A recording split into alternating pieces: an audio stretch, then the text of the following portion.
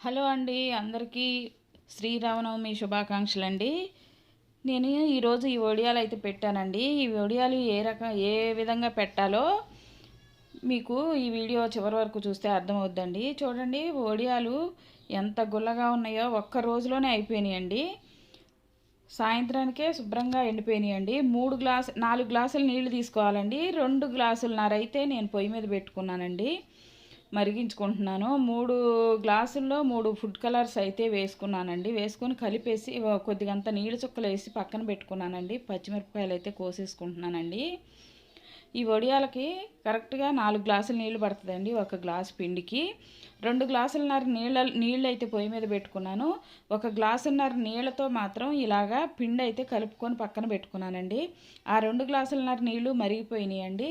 గ్లాసున్నర నీళ్ళతో పిండి కలుపుకొని పక్కన పెట్టుకున్నాను కదండి, అది కూడా ఇందులో వేసేసి మరిగిన నీళ్ళల్లో ఇలాగైతే తిప్పేసుకుంటున్నానండి. అల్లం వెల్లుల్లి పేస్ట్ వేసేస్తున్నాను. సన్నగా తరిగి పక్కన పెట్టుకున్న పచ్చిమిర్చిని కూడా అందుట్లో వేసేస్తున్నానండి.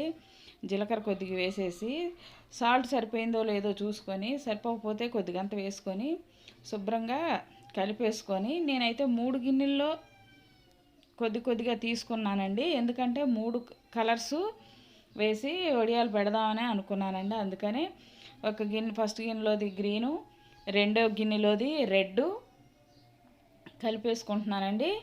ఇలాగ మొత్తం పిండికి బాగా పట్టేసేలాగా కలిపేసుకున్నానండి. ఇగో 3వ గిన్నెలోది కూడా ఎల్లో ఫుడ్ కలర్ వేసానండి.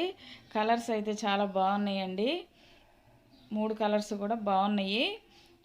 ఇంక ఇలా నేనైతే కలిపి పక్కన పెట్టుకొని వడియాలు అయితే పెట్టడం స్టార్ట్ చేశానండి. చూడండి, నేను ఏ రకంగా పెట్టుకుంటున్నానో ఈ వడియాల్ని.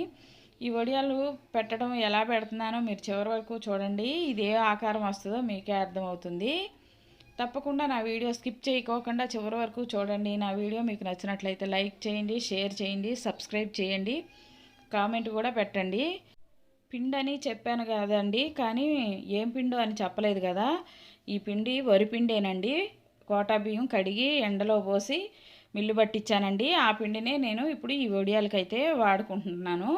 మీరు కూడా కోటా బియ్యం కడిగేసి ఎండలో పోసేసి మళ్ళీ ఈ వడియాలు మీరు కూడా ట్రై చేసి చూడండి. మీకు ఎలా వచ్చినాయో కామెంట్ సెక్షన్లో పెట్టండి. నూనెలో వేసిన తర్వాత అవి తింటుంటే చాలా టేస్ట్గా ఉన్నాయండి. కరకరాలు ఆడుతున్నాయి, చాలా గుల్లగా కూడా వచ్చినాయండి. మా వీడియో చివరి వరకు చూడండి. లైక్ చేయండి, షేర్ చేయండి, సబ్స్క్రైబ్ చేయండి, కామెంట్ మాత్రం మర్చిపోకుండా పెట్టండి ప్లీజ్.